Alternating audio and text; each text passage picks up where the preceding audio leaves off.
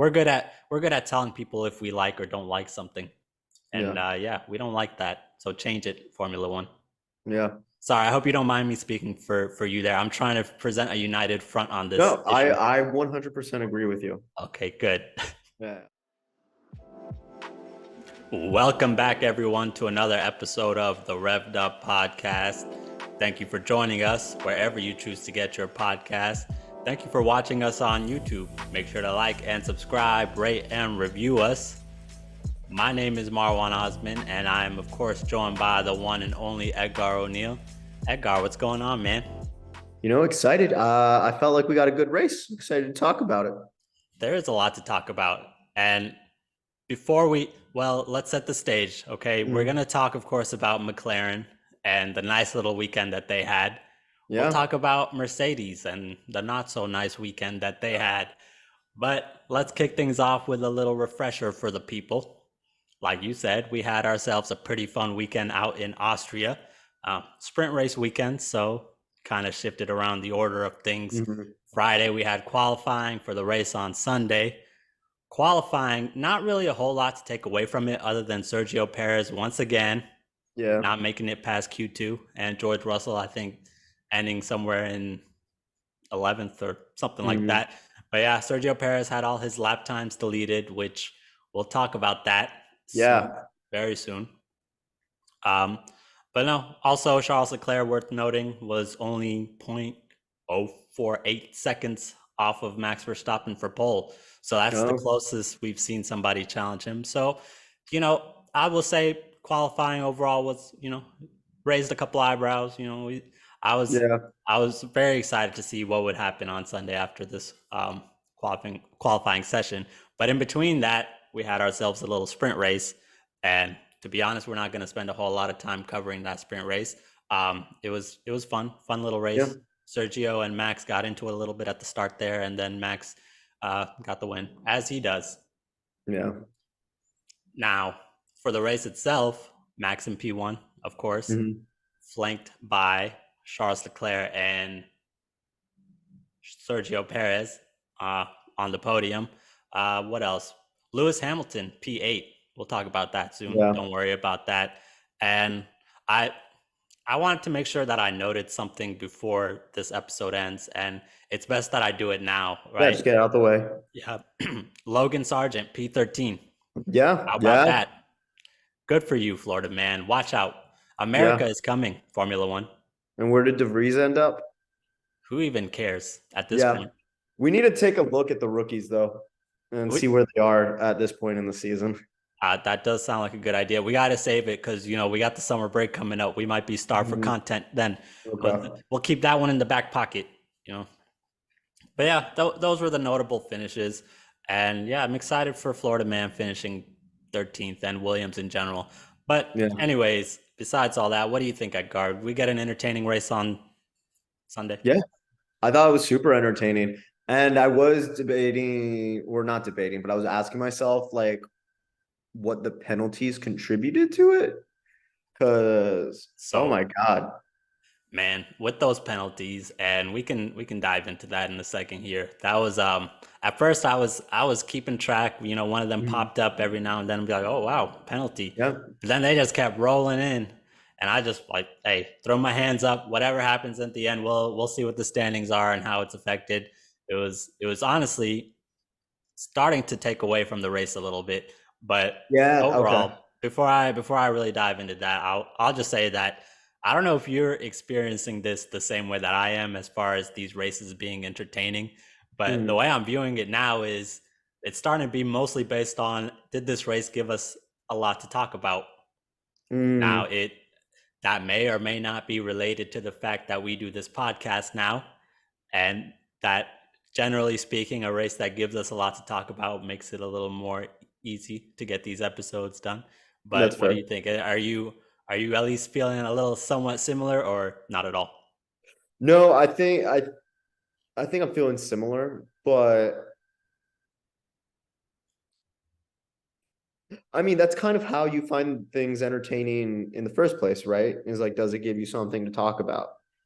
So I don't know if it's just because we're doing the podcast. I think it's just like We Yeah. like the sport, and it's giving us stuff to talk about. I mean, it But used to be, even hey, just give me a couple of these safety cars, give me some overtakes, and I'm good. But yeah, hey, this can't really spend a whole 30 minutes talking about that. I don't know. because I had a friend message me. Should we just go? I'm gonna just go ahead and jump to the end of the race about what Verstappen did, Uh, which super entertaining. And I had a friend message me about it who like doesn't watch F1 the way we do. wow. Where they were like, wow, Verstappen really just pitted on lap 70 of 71 to get fresh tires so that he could take fastest lap from his teammate.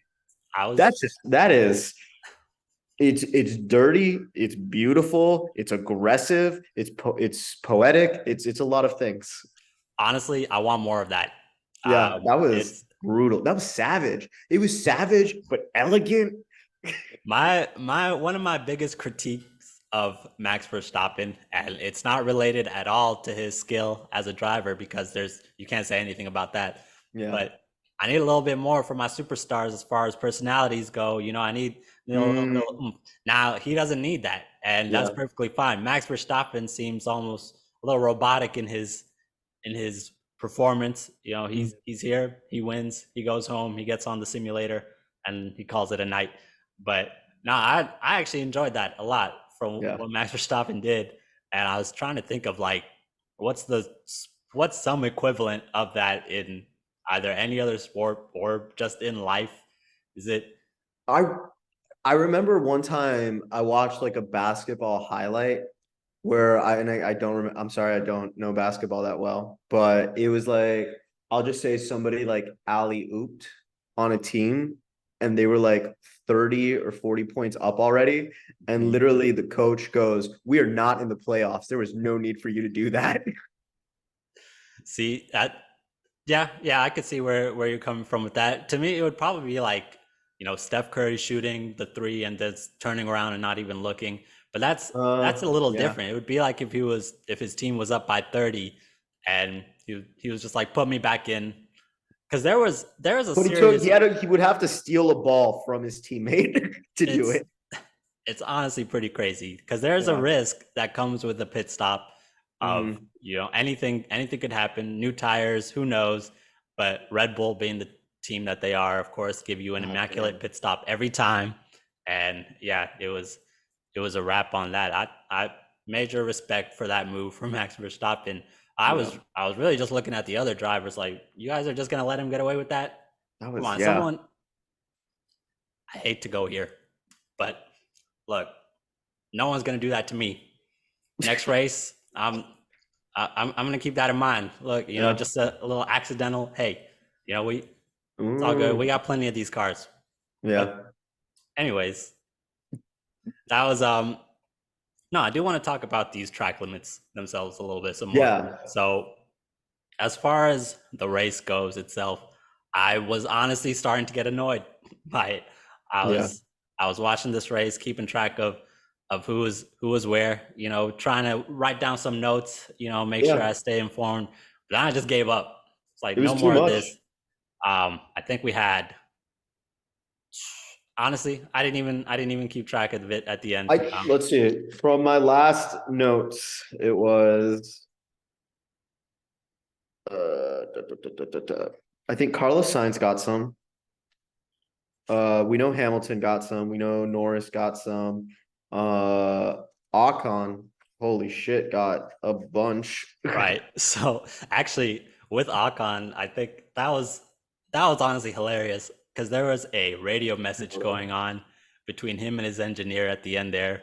Mm, His engineer said something along the lines of, "Good job, no race penalties for us, no track limit penalties. They were being handed out." And Akon was like, "Yeah, good job, team, on that."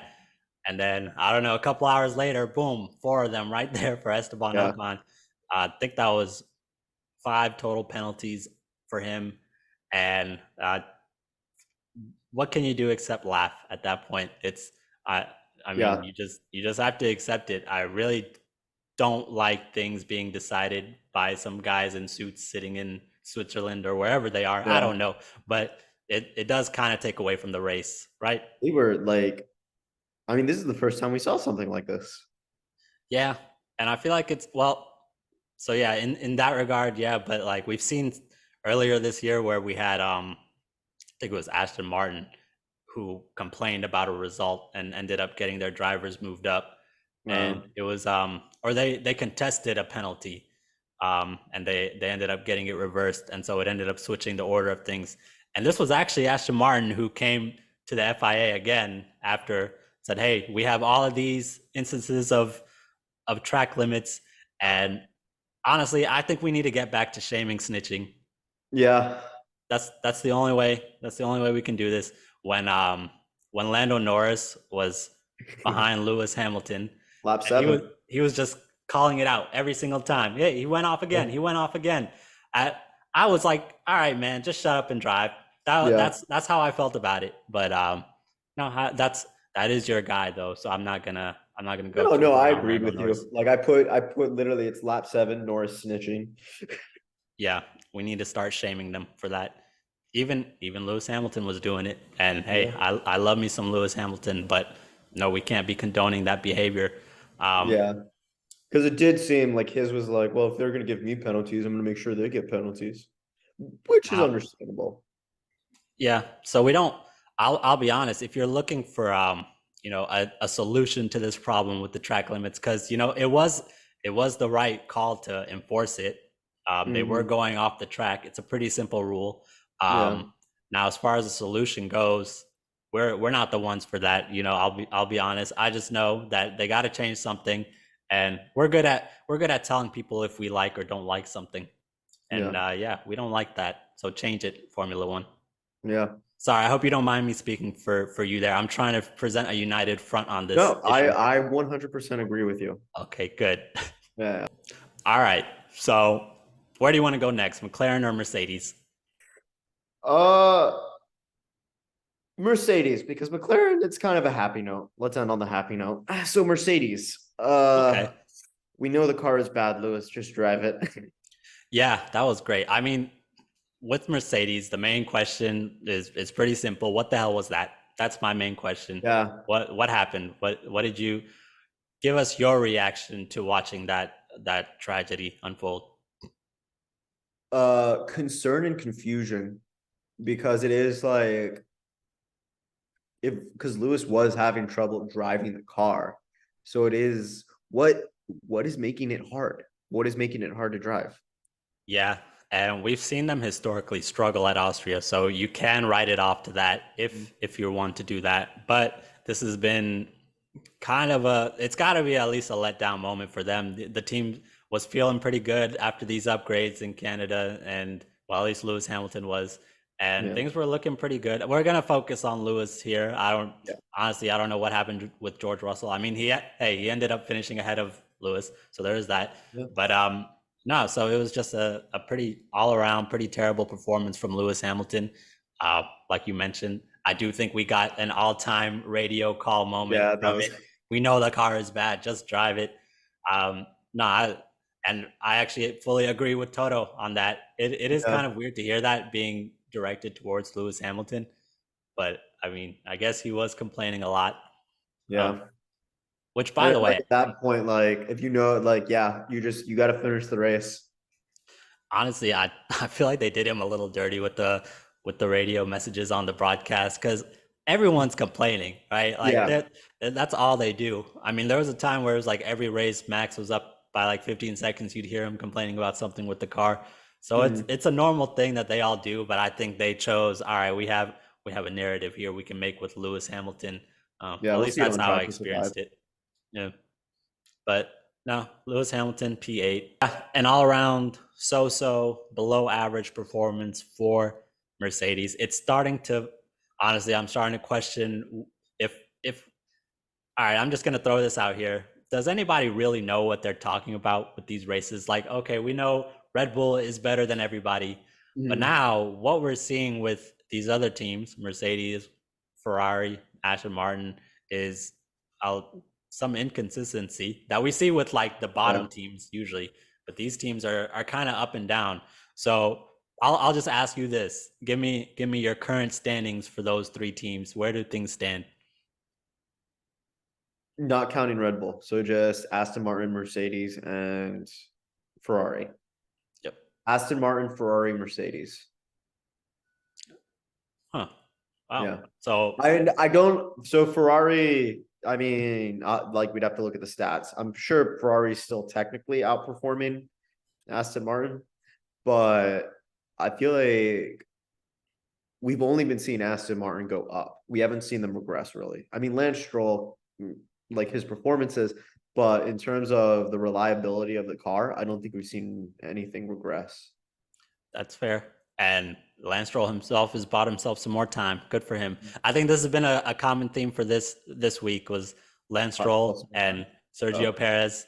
I I did kind of go into him a little bit last week, but I can't say anything this week. So I'm just gonna stand back and see how Silverstone unfolds.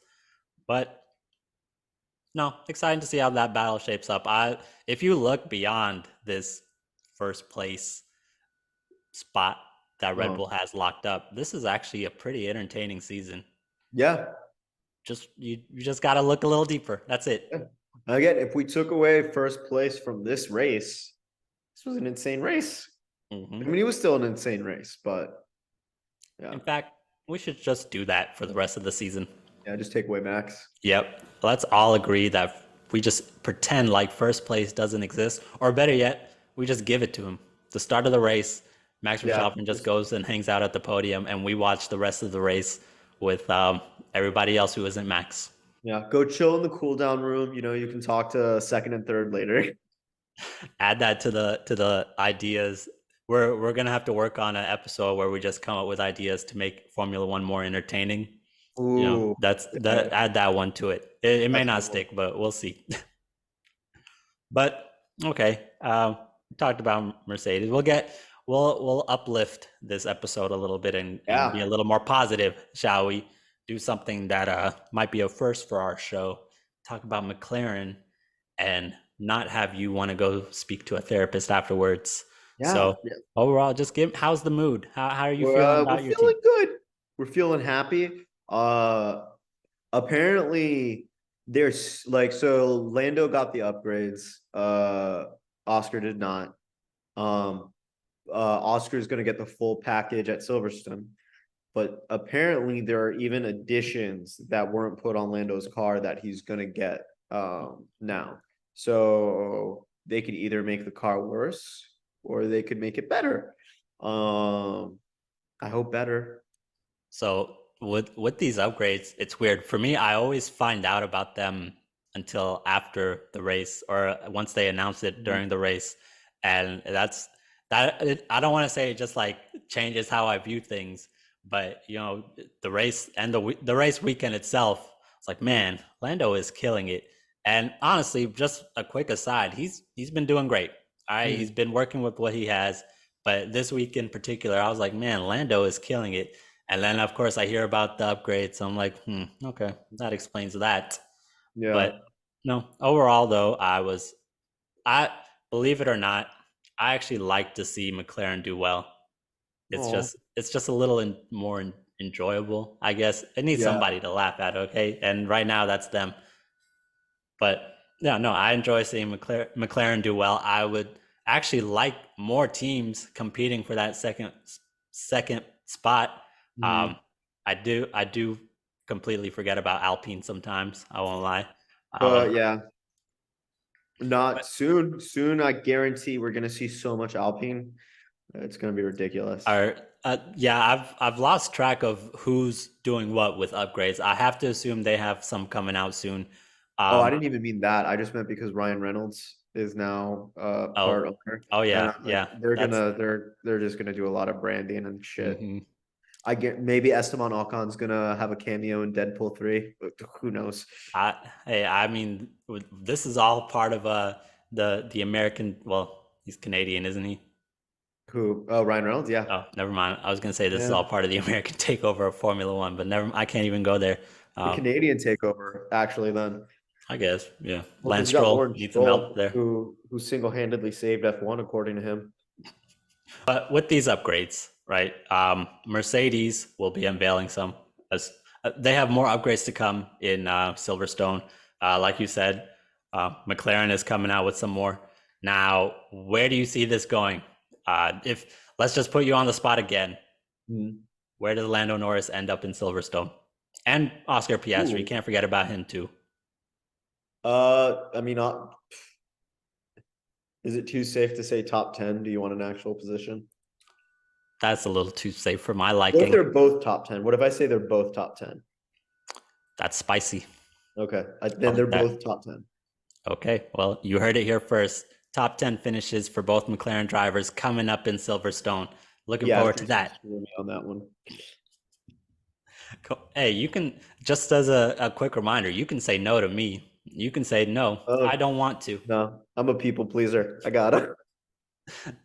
But yeah, top 10 is, I I'm think if still they're both not, top 10, I'm yeah. still not 100% sure about Oscar Piastri. I know he's looked solid, but it's a toss up right now for me. I think he could end up in the top 10. 10 seems a safe spot for him. Yeah. Um, I haven't been impressed.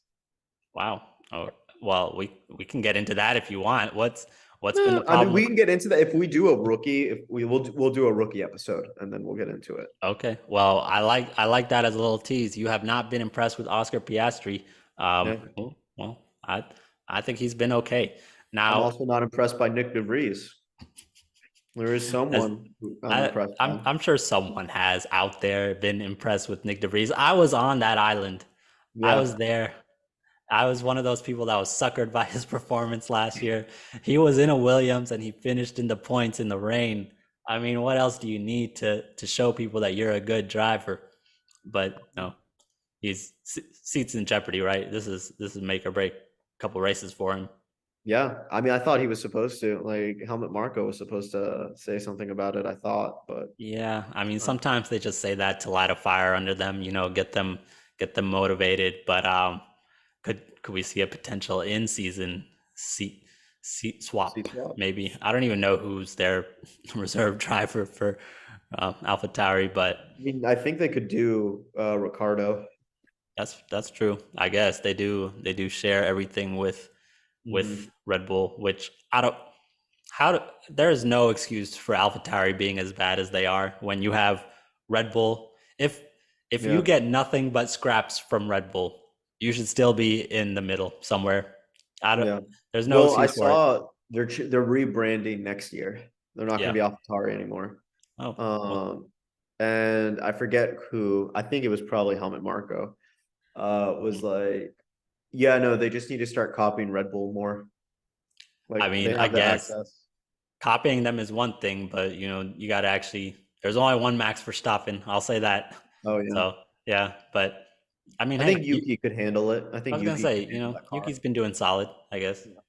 Couple more of those missteps in qualifying, Sergio. You better watch out. Mm, Actually, I just realized we haven't really spent that much time talking about the top three finishes in this one, the podium, which not really a whole lot to say here. Yeah, I yeah. guess we did talk about Max Verstappen and his victory lap at the end there. Um, yeah, it is. Yeah, what I else are you think gonna say? Max Verstappen, great, most dominant driver on the grid right now. I will say I think we need to stop looking at Charles Leclerc as the number one driver in Ferrari. Bold to Uh, say after he no, I won the understand, P2 but there. still, like Carlos Sainz did a really good drive yesterday. Not yesterday, but on Sunday. Yeah, and there was some questionable strategy calls there with Ferrari, as there always is with Did they double stack? They double stacked, didn't yeah, they? and Yeah, they do. Yeah, no. the double stack is kind of what did him in at the end there. He did some great driving. He defended off Sergio Perez as long as he could with that Mhm. trick with the DRS detection spots So being nice. right before the turn. That was beautiful job by Carlos Sainz. And honestly, yeah, you asked me this at the beginning of the season about who's the number one driver. It's obviously Charles Leclerc, right? Yeah, yeah. But yeah, now the question is there. It's a conversation to be had, and I'm still not ready to dive off this Charles Leclerc this ship here. As you know, in our prediction video, I did have him finishing in the getting the championship here, a little off there, Yeah. but no, I think Carlos Sainz has made it a tougher decision for Ferrari. Ferrari themselves, they got to figure it out because Yeah. if you have two number one drivers, you don't have any number one drivers. That's just how it works. You It- can't. You can't make this thing work with both of them. It's got to be a clear cut order that we see. Mm. We see it with Red Bull. You know, they're like, hey, we got Max. We go all in on Max, Yeah. and that's all we Yeah. need. That's what Ferrari's got to do. Make that decision. Go all in. I did Mm. find it really funny. Tell me what you think about this. Where at the beginning of the race, Charles Leclerc was struggling. Carlos Sainz was right behind him. He was kind of being a little pesky there, saying, "Hey, let me take a run at old Max Verstappen." I want to Yeah. know what. All right, let's do some role playing here. I am Carlos Sainz, and you are the team principal for Ferrari, and I come in with Okay. the radio message of, "Hey, I can get Max Verstappen." Give me your honest reaction to that message. Oh, no, we can't. No, we can't. Ah. I You can't. You can't. I gotta imagine there was some laughter on the pit wall. They're just like, "All right, guys, we gotta respond. We gotta respond." Yeah. Just like, And no, yeah, you but can't. You can't do it. hey, I think it was he didn't believe what he was saying there. Yeah. Speak, But speak. I think they should be letting him pass Charles at this point. I mean, he did have the pace, but come on, the pace to catch Max Verstappen. Nobody believed that. Nobody. But I Uh, want to see if he pulls away just from Charles. I don't care about him catching Max. I mean, that'd yeah. be nice. But I just want to see if he pulls away. Well, Max Verstappen, his fifth win in a row now, and I had my reaction to that was it it was more so like, damn, that's it, only five. I Yeah. kind of forgot that Sergio stole a couple in the season, but yeah, they could have said 10 win, and I've been like, oh yeah, that sounds about That right. makes sense. But Yeah. yeah, that's where we are with Max Verstappen. Hey, he's made the wins a normal thing, which is honestly a pretty great compliment to give somebody. Yeah. Now, is there anyone else we missed? I have to do this part where we just dive into these standings. Like, hey, I made sure to mention it once, but I'm gonna mention it twice. Logan Sargent, P13. Yeah. Good We job, giving him the Florida man. flowers today. Uh, Actually, the flowers today will go to Alex Albon. Didn't finish in the Oh, points, but yeah. he was solid in qualifying. He was solid all race. That this Williams is showing us something here. Yeah. I think it's a team to watch. We won't be seeing them get back to their old days of winning championships, but they're at least stepping it up, I'd say. Now they have to compete with teams like McLaren for one. Yeah. But I've been excited with what I'm seeing from Williams. And on that note, I want to pull up this little constructor standings that we got here. Go hit me with it. Now, I made sure to hold off on saying this when we were talking about McLaren, but I'm pretty sure they doubled their points thanks to that finish. Uh, Oh, damn. so good for them, Yeah. jumping up to six. I think I texted you actually. I didn't text you this, but we have our little outline, pre-race guide that we sometimes try to stick to. And I said, can McLaren, maybe catch up here and start competing with these other boys? And I didn't realize how far off they were. And I also completely forgot that Alpine exists when I asked you that question. And so I Yeah. guess the question is, can McLaren catch Alpine? Their Oh, Alpine is sitting at fifth with 47 points. McLaren's right there at sixth with 29 points. So what do you think? Is it doable? yeah. Where was Gasly? He was a bit of an afterthought this race, but he finished P10. I don't know about these standings because I don't know who got penalties and who doesn't. At this point, I was, Mhm. I didn't look at the list. I saw the standings at the end of the race. I saw the alert that they handed out a bunch of penalties, and then I saw the new standings, and that was it. It's like, okay, so this is what we got now. They got to Yep. figure out a new system for that, though. We I can't think of any other sport that's we watch the end result, the final Oh, buzzer yeah. goes off, and then I don't know, 2 hours later, oh, never mind. Be Yeah. frustrating. I can't think. Yeah. I mean, I don't watch a lot of sports, but I can see where that would happen. Hmm. Can I put you on the spot again? Yeah. Hit me. All right, we got the big one next week. The what Yeah. Silverstone, Mhm. which I think it's Yeah. Silverstone is what people think Monaco is, in my opinion. No, So that's pretty accurate. So what do you think? podium for Silverstone. Let's hear it. Max. I'll throw Lando in at 3, just because I want to be optimistic and hopeful. And then second, let's go with Alonso. Oh, wow. I just realized we didn't really talk about old Aston Martin in this week, but they didn't really show a lot. We saw Ferrari step up, and then we saw Aston Martin and McLaren or Mercedes just have a rough weekend. So I'll join you with this prediction though. Max Verstappen, of course, P1, no question about that. Number 2, I'm gonna throw in Lewis Hamilton. I think the team is gonna be throwing out some more upgrades, and we'll see what that does there. And right behind Lewis Hamilton, I'm gonna throw in George Russell. So yeah, I think Mercedes they tend to step up for this one. This will be a fun weekend for them. And Cowchester. Cowchester? Cowchester. It's Towcester. Ladies and gentlemen, that concludes another episode of the Revved Up podcast. Thank you for joining us. As always, make sure to tune in. We try and do this thing following every race weekend. We will be back here following Silverstone. Peace. Adios.